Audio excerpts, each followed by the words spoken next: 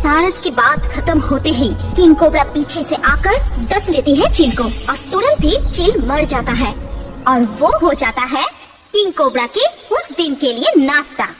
एक पेड़ पे एक गौरैया के बहुत सारे बच्चे हुए थे। वो अपने बच्चों को बहुत प्यार करता था क्योंकि उसके बच्चा तो बहुत छोटे थे। बच्चे को छोड़कर ना जाने के लिए बच्चे अंडे से निकलने से पहले ही वो बहुत सारी खाना लाकर रखे थे, लेकिन इसके बाद भी खाना खत्म होने वाली थी। तभी वो मन ही मन सोची, अब तो मुझे खाना ढूंढने जाना ही पड़ेगा। मेरी बच्चियों की आँख तो निकल आई है, लेकिन वो लोग उड़ नहीं सकते, कुछ हुआ तो क्या होगा। ये बात सोचकर ही माँ गौरैया मन ही मन डर गई, लेकिन उसके पास और कोई रास्ता नहीं था। इसीलिए वो अपने बच्चों को कहता है, बच्चों तुम लोग थोड़ा ध्यान से रहना, मैं जाऊंगी और खाना लेकर जल्दी चली आऊंगी, तुम लोग डरना मत। बच्चों को ये बात कह के वो निकल पड़ी खाना जुगाड़ करने के लिए। इधर उधर घूमते हुए वो सोचती है, थोड़ा देर होने दो, लेकिन ज्यादा खाना लेकर घर जाऊंगी, इसलिए रोज रोज निकलना नहीं पड़ेगा। ये सोचते हुए वो बहुत सारी खाना इकट्ठे करने लगी। उधर एक चील जब से माँ गौरैया के बच्चे हुए थे तभी से वो उन बच्चों पर नजर रखे हुए थे और मन ही मन सोचता था कि कब माँ गौरैया घोंसला छोड़कर बाहर जाएगी और वो बच्चों को कब खाएगा। खाना ढूंढने जाने से चील के पास मौका आ गया और वो सोचा, आखिर में वो दिन आ ही गया, आज मेरा सपना पूरा होगा। गौरैया के छोटे छोटे बच्चे को खा के मेरा दिल शांत होगा। माँ गौरैया जब बहुत समय बाद खाना लेकर लौट आई तभी वो देखा कि उसकी घोंसला पूरा खाली, एक भी बच्चा वहाँ नहीं था। वो चिल्लाते हुए कही, मेरी बच्चियों तुम लोग कहाँ चली गई? तुम लोग तो बहुत छोटे हो, कौन ले गई? कहाँ पर ले गई? तभी वो पेड़ पे बैठे हुए चील को देखती है और वो चील से कहती है, ओह तुमने मेरी बच्चियों को खा लिया, ऐसा काम तुमने कैसे किया? वो लोग तो बहुत छोटे हैं। अरे चुप कर, ज्यादा पचर पचर मत कर। तेरे बच्चे लोग अभी तक ठीक ही है, लेकिन तू अगर मेरा बात नहीं सुना तो मैं तेरा बच्चों को खा जाऊंगा। कहाँ पर है मेरे बच्चे लोग? वो लोग ठीक है ना? मैं तुम्हें यकीन कर रही हूँ, क्या करना पड़ेगा मुझे? बच्चे लोग मेरे पास ही है, अच्छा ही है। अगर तू मुझे रोज खाना लाके देगी तभी वो लोग ठीक रहेंगे। मैं खाना कैसे लाऊंगी? मैं तो छोटी पंछी हूँ, तुम्हारी जैसी बड़ी पक्षी की खाना कैसे इकट्ठा करूंगी? वो सब मुझे नहीं पता। अगर बच्चों को जिंदा रखना चाहती है तो मैं जो जो कह रहा हूँ वो कर। ये कह के चील वहाँ से उड़ जाता है और बेचारी माँ गौरैया बहुत दुखी होकर घोंसले में बैठकर सोचने लगी, हे भगवान क्या हुआ? मेरे बच्चों को तुम रक्षा करो, मुझे जैसे भी हो उस चील के लिए खाना जुगाड़ करना ही पड़ेगा। मैं करूँगी। अगले दिन से गौरैया चील की खाना ढूंढने के लिए निकल पड़ती है। पूरा दिन इधर उधर घूम के जो खाना मिलती है वही चील के लिए ले आती है। पूरा दिन मेहनत करने के बाद खाना ढूंढ के रात को गौरैया अपनी घोंसले में जाकर सो जाती है। ऐसे ही कुछ दिन बीत जाते हैं, लेकिन वो अपने बच्चों से नहीं मिल पाती है। फिर वो परेशान होकर सोचने लगी, कितना दिन गुजर गई, कितने दिनों तक मैं अपने बच्चे को नहीं देखा। आज जब चील के लिए खाना ले जाऊंगी सिर्फ एक बार उन्हें दिखाने के लिए कहूंगी। जैसे सोच वैसे ही काम। जब वो चील के लिए खाना लेकर वहाँ पहुँची तब वो चील से बोली, बहुत दिन हो गया, तुम्हारे कहने पर मैं तुम्हारे लिए खाना ले आ रही हूँ, जितना कर सकती हूँ। अब एक बार मुझे मेरी बच्चियों को दिखा दो। इतना बात तुझे कौन कहने के लिए बोला है? जो कर रहा है वैसे ही करता जा, नहीं तो तेरे बच्चों को खा जाऊंगा, याद रखना। लेकिन मैंने तो कुछ नहीं मांगा, सिर्फ एक बार मेरी बच्चियों को देखना चाहती हूँ। तुम मेरा ये ख्वाहिश पूरी नहीं करोगी? तेरा बच्चे लोग सब ठीक है क्या? ये काफी नहीं है? अभी भी देखने का टाइम नहीं आया। जैसा काम कर रहा है करता जा, तब जाके बच्चों को देख पाएगा। तब तक वो मेरे पास ठीक ठाक रहेगा। निकल, आराम से मुझे खाने दे। चील की बात सुनकर गौरैया वहाँ से चली गई। आंखों में आंसू लिए गौरैया जाके नदी के किनारे बैठी और बोली, क्या पता इस जीवन में मैं मेरी बच्चियों को देख सकूंगी क्या? मैं क्या करूं? मैं तो कुछ भी नहीं कर सकता। ये कहती रही और रोती रही। अचानक एक सारस वहाँ आई और उससे पूछी, क्या हुआ गौरैया, तुम काहे रो रही हो? क्या मैं तुम्हारा कुछ मदद कर सकता हूँ? मैं जो मुसीबत में हूँ उसमें से कोई भी मुझे निकाल नहीं सकती। अरे फिर भी बोलो ना, अगर कुछ कर सकता हूँ तो।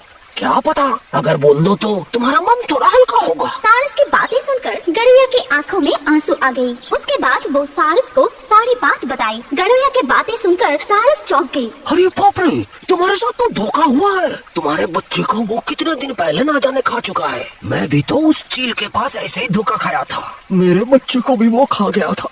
तब मैं मन से इतना दुखी हो गया था, कुछ नहीं कर सका था। मन उदास करके यहाँ से चला गया था।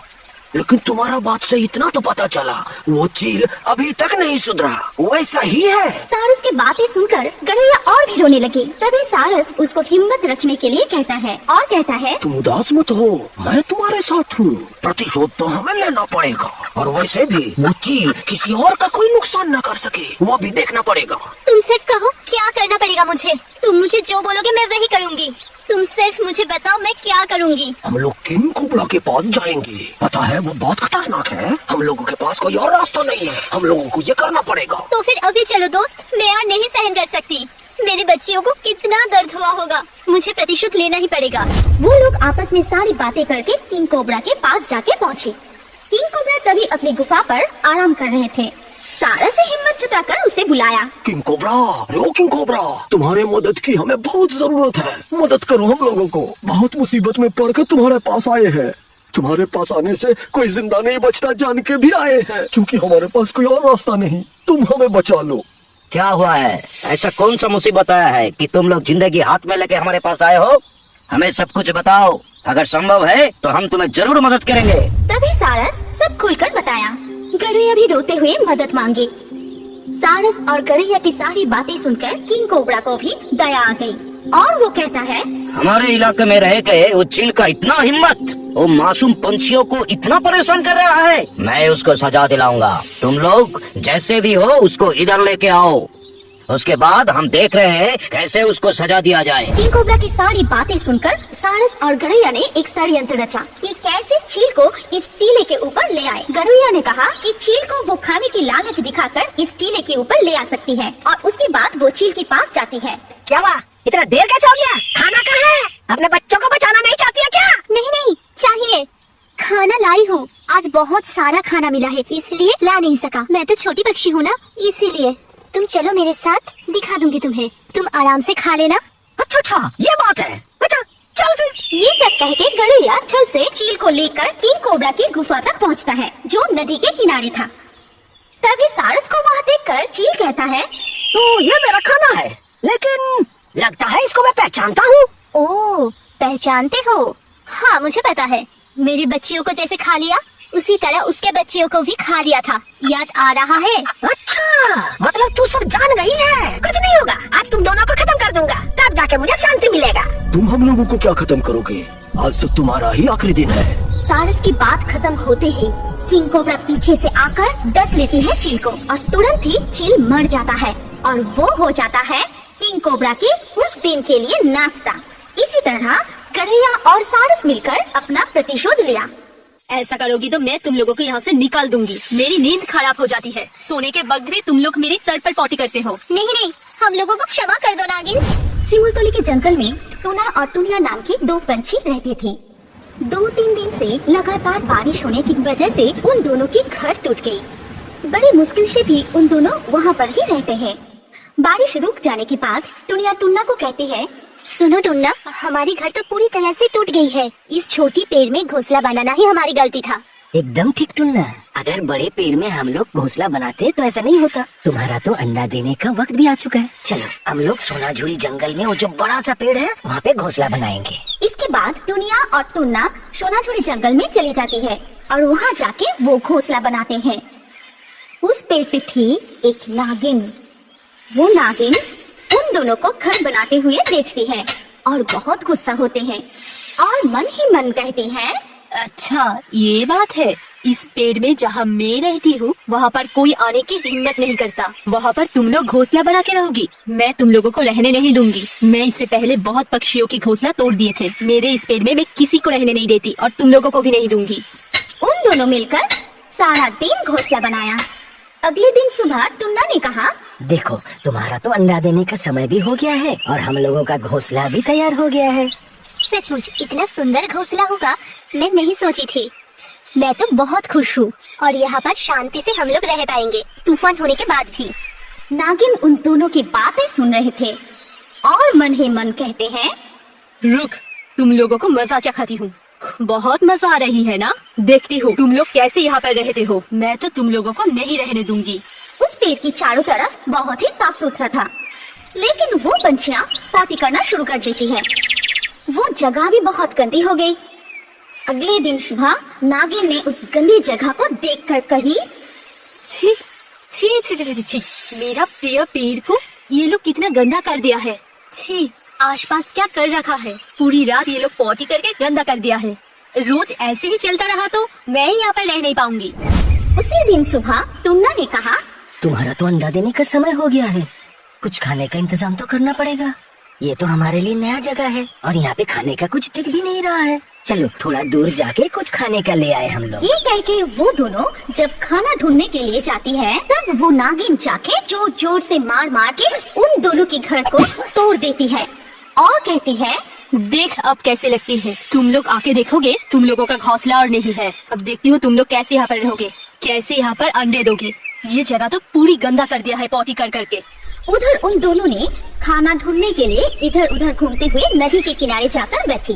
तभी उन दोनों के साथ नीनी और पॉपी का मुलाकात हुई। नीनी और पॉपी उन दोनों के पहले वाले घोंसले के पास रहता था। क्या हुआ? तुम लोग यहाँ पर? घर टूट जाने के बाद तुम लोग तो दिखाई नहीं देते। हम लोग यहाँ सोनाझुरी जंगल में रहते हैं। मैं तो अंडा दूंगी। अंडा देने के बाद तो एक अच्छा घर चाहिए ना, इसीलिए यहाँ पर एक बड़ा सा पेड़ में घोंसला किया है। तुम लोग एक दिन आओ, सब एक साथ मिलकर मजा करेंगे। तू पहले अंडे दे, उसके अंदर से बच्चा निकल आए, उसके बाद एक दिन तुम्हारे बच्चे को देखने जाऊंगा। ढेर सारे शुभकामनाएं। अच्छा ठीक है, तुम लोग वही करो। चलो टुनिया, अब हम लोग घर वापस जाएं। जब वो दोनों लौट आई और देखा कि उन दोनों की घोंसला नीचे गिरा हुआ था। ये क्या टुन्ना, हमारा इतना बड़ा नुकसान किसने किया? हाय हाय हाय हाय, अब क्या होगा? हमने इतना मेहनत करके ये घोंसला बनाया था, पूरी टूट गई है। नया घर बनाने में बहुत कष्ट होगी। आज तक तूफान भी नहीं हुआ है, फिर ये घर कैसे टूट गया? मुझे लगता है कोई जानबूझकर ये सब किया है।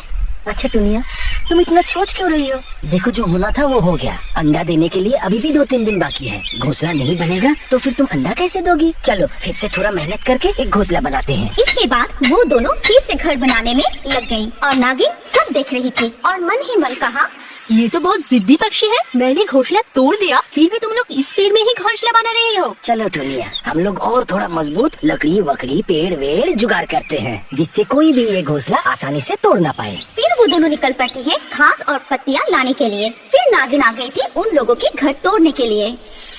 ठीक उसी वक्त टूना और टूनी भी आ जाती है। रुको, खबरदार, कौन हो तुम और तुम क्यों हमारा घोंसला तोड़ रही हो? हमने तो कोई तुम्हारा नुकसान नहीं किया, सिर्फ एक घोंसला बना के हम लोग रहना चाहते हैं। नहीं, मैं मेरी पेड़ में किसी को रहने की अनुमति नहीं देती और तुम्हें भी नहीं दूंगी। तुम लोग चले जाओ, नहीं तो मैं ये फिर से तोड़ दूंगी। तुम लोग नहीं रहोगी। कृपा करके हम लोगों को रहने दो, कुछ दिन और मुझे रहने दो। अंडे से बच्चे निकलने के बाद ही हम चले जाएंगे। ऐसे हालत पर हम लोगों को यहाँ से मत निकालो। ठीक है, पर ज्यादा दिन नहीं, 2-3 दिन के अंदर तुम लोगों को चले जाना पड़ेगा। लेकिन हाँ, तुम लोग मेरी जगह को गंदा नहीं करोगे। पूरा दिन पॉटी करके तुम लोगों ने इस जगह को गंदा कर दिया है। ऐसा करोगी तो मैं तुम लोगों को यहाँ से निकाल दूंगी। मेरी नींद खराब हो जाती है। सोने के वक्त भी तुम लोग मेरे सर पर पॉटी करते हो। नहीं नहीं, हम लोगों को क्षमा कर दो नागिन, ऐसी गलती दोबारा नहीं होगी। इसी तरह एक दिन बीत जाते हैं। आज को लेकर तो 2 दिन हो ही गया। कल टुनटुनी को यहाँ से चले जाने के लिए कहूँगी। मैं आज थोड़ा सा वो खेत से घुमाती हूँ। उसी दिन सुबह टुनिया के अंडे से बच्चे निकल आती है और टुनी और टूना भी बहुत खुश थे। देख रही हो टुनिया, हमारी बच्चे बिल्कुल तुम्हारे तरह हुआ है। सुनते हो, अब तो हमारे बच्चियों को लेकर यहाँ से चले जाना पड़ेगा। एक बात तो हमने सोचा ही नहीं, बच्चियों तो अभी अभी अंडे से निकली है, अभी तो वो लोग उड़ भी नहीं पाएगा। अभी हम लोग कैसे घोंसला छोड़ के जाएंगे? तुम सही बात बोली हो। चलो हम लोग नागिन के पास जाते हैं। नागिन, नागिन, अंदर हो क्या? तुम्हारे साथ कुछ बात करनी थी। लेकिन उन दोनों को कोई आवाज नहीं मिली। अंदर से तो कोई आवाज नहीं आया। चलो हम लोग बगल के खेती वाले जमीन में देखते हैं। खेत की तरफ जाते हुए देखते हैं 2 शिकारी उन लोगों की चाल में नागिन को बंदी बना लिया था। तुम लोग नागिन को क्यों बंदी बनाए हो? तुम लोग चले जाओ, नहीं तो तुम लोगों को भी पकड़ लेंगे। नागिन के सर पे नागमणि है। नागिन को मार के वो मोनी बेच के हम लोग बहुत अमीर बन जाएंगे, समझे? हम लोग बहुत अमीर हो जाएंगे। मत मारो मुझे, छोड़ दो मुझे। तुम परेशान मत हो नागिन, हम लोग है ना। तुमने हमें मुसीबत के समय रहने दिया था, हम लोग तुम्हें कुछ नहीं होने देंगे। ऐसा है क्या? तुम लोग हमारे साथ लड़ोगे? तुम लोगों का इतना हिम्मत? इसके बाद टुनिया और टूनी मिलकर उन दोनों शिकारी को सर पर जोर जोर से मारने शुरू कर देती है। फिर वो दोनों घायल होकर तड़पने लगता है। फिर टुनिया और टूना मिलकर अपनी चोंच से चाल को कटना शुरू कर देती है और नागिन को वहाँ से मुक्ति दिलाती है। सच में आज तुम लोग नहीं रहते तो मैं जिंदा ही नहीं रहती। मैंने तुम लोगों के साथ गलत किया। तुम लोगों को कहीं जाने की जरूरत नहीं है। तुम लोग मेरी घोंसले में ही रहो। हम लोग एक साथ मिलजुल के रहेंगे। सच सचमुच हमारी परेशानी दूर हुई। ये देखो नागिन, हमारी बच्ची। सुनो, तुम लोगों को एक बात बताती हूँ। तुम लोगों की बच्ची बहुत खूबसूरत है। इन लोगों को अच्छे से देखभाल करना। मेरे पास और एक जादुई नागमणि है जो मैंने किसी को नहीं बताया। उस नागमणि को जो खाना बताओगे वो खाना तुम्हारे सामने ला देगी। उसके बाद नागिन जाकर वो मोनी उन दोनों के हाथ में सौंप देती है और वो सब मिलकर बहुत खुशी से आनंद के साथ रहने लगते हैं। हमारी कहानी यहाँ पर खत्म होती है। अगर आपको ये कहानी पसंद आई तो इस वीडियो पे लाइक जरूर करना। अगर आपके पास कोई पसंदीदा कहानी हो तो कमेंट करके बताएं। सबसे अच्छा कहानी चुन के हम ऐसे ही कार्टून बनाएंगे। और अभी हमारे अगले वीडियो देखने के लिए स्क्रीन के ऊपर इस वीडियो पर क्लिक कीजिए और रियो बर्ड्स के और भी वीडियो देखते रहिए। कुछ दिन पहले ही लाडो ने 3 प्यारे प्यारे अंडे दिए हैं। बच्चे बाहर आने के पहले ही लाडो अपने अंडों का बहुत अच्छे से ख्याल रख रही है। लाडो ने अपने आने वाले बच्चों के लिए